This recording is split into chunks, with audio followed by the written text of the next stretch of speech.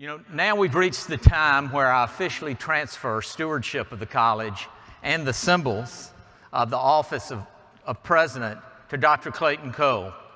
It's really been my privilege and an honor to serve this group as your 80th president. Honestly, I really don't know where the last year went. It's been a great year, and I have every confidence that transferring the presidency to Clay, I'm leaving y'all in great hands.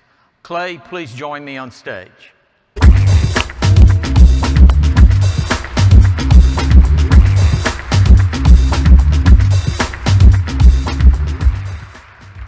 I'm going to pause just a second and tell y'all that, many of y'all might not know, Clay has a background in aeronautics and flight. Frequently this year when we've gone to meetings and Clay has introduced himself in meetings with groups of folks, he's introduced himself as my wingman. Since my knowledge of wingmen mainly come from watching Maverick and Goose and Top Gun, I thought I would Google, I actually can do that, and learn more about wingmen. One article characterized a great wingman as possessing the following attributes: be a good follower, back up, not lead, no matter how much wants to. Clay's pretty good at that. Keep your communications to a minimum. Join up and shut up.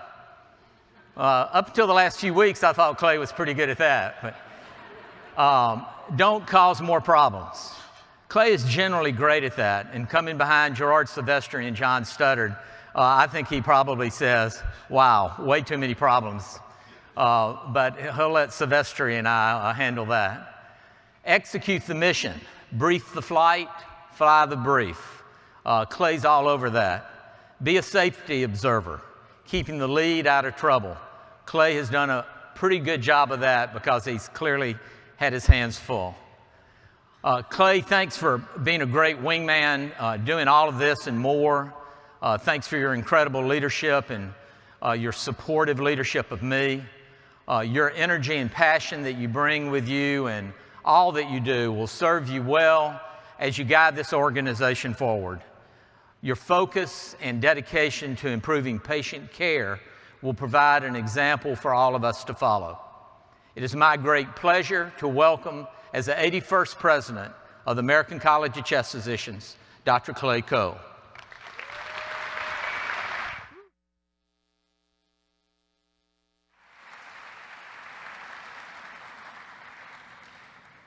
John Silvestri again. Gerard broke it, and he got it hung around his neck. Clay, congratulations. Thanks, John.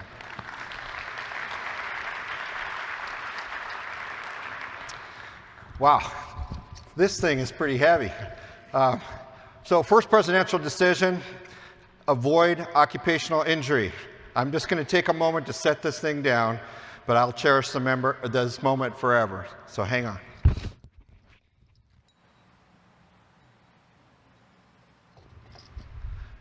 All right, well, welcome. What a great crowd today. I feel a little underdressed, or overdressed, I should say, with all this denim in the crowd, but crowds are pretty smart, and this morning I'd like to share with you some thoughts about crowds and their collective wisdom. In particular, why it's important that we as chest leadership remain good listeners, and why sometimes that can be hard, and how through improved listening and two-way communication with our membership, we can leverage this wisdom. You see, harnessing that collective intelligence is critical to defining our organization as the premier association for pulmonary, critical care, and sleep medicine professionals. So I want to start with a story. So one day in the fall of 1906, Francis Galton, who was a British scientist and actually a cousin of Charles Darwin, left his home in Plymouth, England, and headed out to a country fair. Now, he was 85 years old at the time, but still brimming with curiosity that won him fame and admiration for the work he had done in statistics and the science of heredity. Now, on that particular day, what Galton was curious about was livestock. Now, his destination was the annual West of England Fat Stock and Poultry Exhibition, a regional event where local farmers and townspeople congregated to judge the quality of each other's cattle, sheep, pigs, and horses. Now, why would a scientist like Galton want to be crawling around livestock pens, especially at his age? Well, there was some logic to this. Galton was obsessed with two things: the measurement of physical and mental qualities, and breeding. And what, after all, is a livestock show than a big showcase of the effects of good and bad breeding? So Galton had done a variety of experiments over the years, and his findings left him with little faith in the intelligence of the average person. Now, Galton was essentially an elitist who felt that breeding mattered because only a very few people had the characteristics necessary to keep societies healthy and strong, and that power and control should stay in the hands of the select and well-read few. In fact, he'd spent a majority of his career trying to measure those characteristics in order to prove that the vast majority of people didn't have those traits. So as he meandered through the fair, he came across a weight judging competition in which the fairgoers could guess what the weight of an ox would be after it was slaughtered and dressed. So for 6 pence, you could buy a stamped and numbered ticket where you filled in your name and placed your estimate. The best guessers would receive prizes, and a total of 800 people approximately tried their luck. Now, this was a diverse group. Many were knowledgeable, such as butchers and farmers, who were presumably expert in knowing livestock. But quite a few had little, if any, knowledge or insights into the ins or outs of cattle. They just wanted to take a stab at getting that prize. You know, Galton wrote in the scientific journal Nature, the average competitor was probably as well fitted for making a just estimate of the dressed weight of an ox as the average voter is of judging the merits of most political issues upon which he votes. I guess some things never change. Galton was interested in finding out what the average voter was capable of because he was convinced that the average voter was capable of very little. So he turned the weight judging competition into an experiment.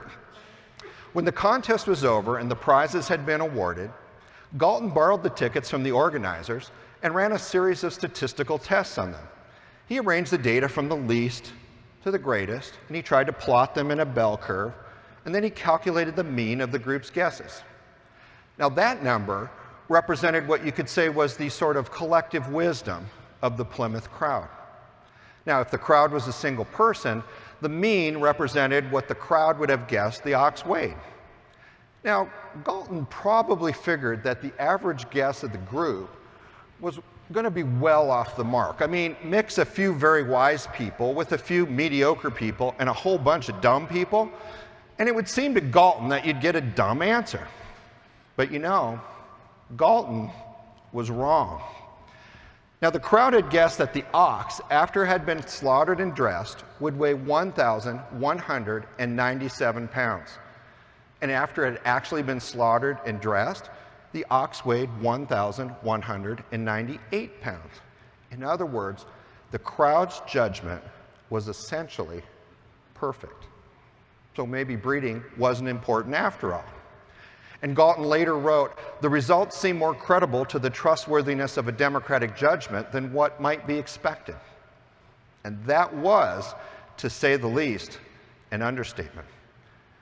What Galton stumbled upon that day in Plymouth, more than 100 years ago, was the simple but powerful truth that under the right circumstances, groups are remarkably intelligent and often smarter than the smartest people in them. Now, groups do not necessarily need to be dominated by the absolute experts in order to be smart. In fact, even if most of the people within a group are not exceptionally informed or up to speed, the group can still reach a collectively wise decision. Now, this is a good thing, because human beings are not perfectly designed decision makers. So think about it. We generally have less information than what we'd like. We have limited foresight into the future. Most of us lack the ability and probably the desire to make sophisticated cost-benefit calculations for everything we do. Instead of insisting we make the absolute best data-driven decision, we'll often accept what seems just sort of good enough, and we often let emotion affect our judgments. But Despite all our faults, when our imperfect judgments are aggregated in the right way, our collective intelligence is often excellent. This collective wisdom is what best-selling author James Surowiecki called the wisdom of crowds. Now, what's interesting about the wisdom of crowds and what Surowiecki tells us is that although its effects are all around us, it can be easy to miss. And even when it's seen, it can be hard to accept. That's because most of us, whether we're voters or investors or consumers or managers, believe that knowledge is concentrated in a very few brains who we call the experts. We assume that the key to making good decisions is finding that one right person who's the expert in a specific topic who will have the right answer. You know, we need to stop hunting for that one elusive expert and instead ask the crowd, which includes the experts as well as everyone else. Chances are the crowd knows. If you put together a large enough and diverse enough group of people and ask them to make decisions affecting matters of general interest, those groups' decisions, over time, will be intellectually superior to the isolated individual, no matter how smart or informed the one expert is. Now, don't get me wrong, not all crowds are wise. Examples of lynch mobs or trolling on the internet or investors in a market bubble involve crowds that make very poor or biased judgments. So, how do we leverage the collective intelligence of the crowds in our professional lives? That is, what crowds am I talking about? Well, take a look around. At this meeting alone, we'll have more than 5,000 attendees. Experts in all areas of pulmonary, critical care, and sleep medicine are right here, from interstitial lung disease to pulmonary vascular disease, from asthma and COPD to complex sleep disorders, from sepsis and heart failure to occupational and environmental lung disease. You know, crowds come in all sorts, and CHEST is listening to our crowd. The key for you as our membership is don't retreat into the crowd, but instead use your voice and be part of our crowd. Let's think about the crowds in our individual lives. Take, for instance, your family. Yeah, even that input you get from your spouse or significant other, even when you don't want to receive it. Or the people in your workplace, or your patients, or even input from your places of worship. They often know the answers, and frankly, they deserve your attention. You know, I want to take a moment to recognize some very important crowds in my life. In terms of family, I have, well, let's just say, a very large crowd. My incredible wife, Cammie, is here this morning with our 7, yeah, you heard that right, 7 wonderful children, 2 son-in-laws, and you know, I really should take the time to get to know all their names.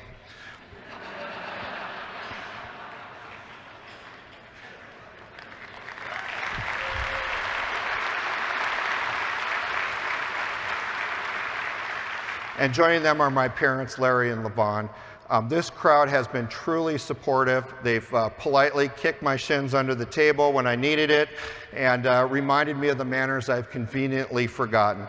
They have stood by me through life's ups and downs and taught me so much more than I've taught them.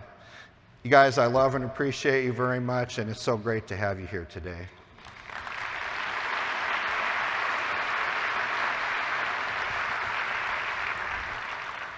Another extremely important crowd in my life is made up of my colleagues and friends from Mayo Clinic. These men and women make up an incredible collective wisdom that has grounded me personally in so many ways. You know, I work in a true team environment, whether in research or teaching or evaluating people in the clinic. Despite the frenetic pace of modern-day medicine fraught with coldness and burnout, this crowd is gentle with the patients and gentle with each other. You know, I've enjoyed the blessings of outstanding mentorship and incredibly collegial colleagues who have supported me unconditionally. And one of those individuals I'd like to mention is Dr. Dick Hickman, who first hired me at Mayo Clinic. He's an emeritus chair of the Division of Preventive, Occupational, and aerospace medicine, and he trusted that my combined training in pulmonary medicine with that of occupational and aerospace medicine would help answer a need in the field. Without his mentorship, I'm sure I would have never had the opportunities given to me in my career. I'd like to personally thank him for being here today with his wife, Catherine. For your trust and foresight, Dick, I will be forever grateful.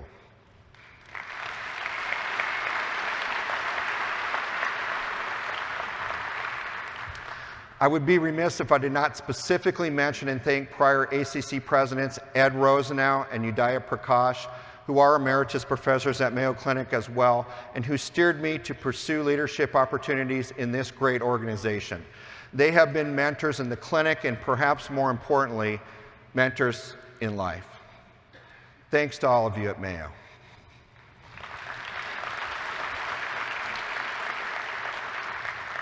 Another amazing crowd deserving recognition this morning are those of you here associated with the American College of Chest Physicians as both leadership and as faculty. With so much collective wisdom, energy, enthusiasm for innovation, research into the science of learning, we're working together to improve care for patients in so many different ways. In particular, I'd like to recognize our incredible educators. Those in the audience who received the Distinguished Chest Educator designation this year, please stand and be recognized.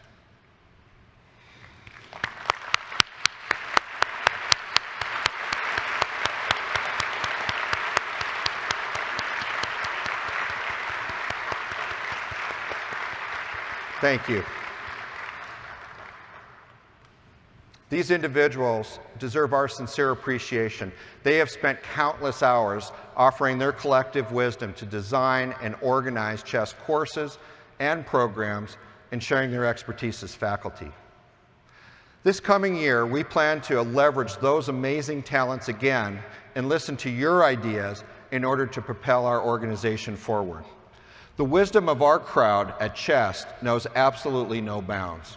Even in this meeting here in San Antonio, you're going to hear about efforts to pilot virtual crowdsourcing during the meeting to create an actual live session this week that addresses what you want to hear now, rather than topics submitted months ago. Speaking of crowds, I want you to stick around for the Crowd at Chest Challenge tomorrow night, and don't forget to try out our simulation courses and check out serious gaming modules located in the corridors. They're a lot of fun, and we actually might learn something together. It's important to underscore the fact that Chest is much bigger and collectively wiser than any one person. We will continue to ask for diversity of expertise and opinions by doubling down on our efforts already started to encourage more participation throughout Chest in networks, committees, and courses from individuals of varying backgrounds, clinical expertise, cultures, and perspectives. Together, we'll create a culture of innovation that underscores the development of new programs that move our mission forward more effectively. We at Chest embrace new ideas and will be introducing fun ways for our membership to thrive in the innovation environment. Things such as rolling out competitions for our entrepreneurs, developing focus groups from thought leaders both inside and outside of Chest, and leveraging new concepts and information technology to keep you abreast of those advancements. Let's work together to extinguish the death by PowerPoint lectures that always seem to dominate medical meetings throughout the world, and instead continue to introduce novel methods for curricular design and delivery. You know, we'll put those ideas to work together through improved communications with our membership, rather than simply creating strategies sitting at a boardroom table. Chest will use novel technologies to connect and converse with you wherever you are, domestic and international, in-person and virtual, academic or private practices, with all members of the healthcare team, physicians, respiratory therapists, nurses, advanced practice providers, pharmacists, even our colleagues within industry. So my challenge to you is this.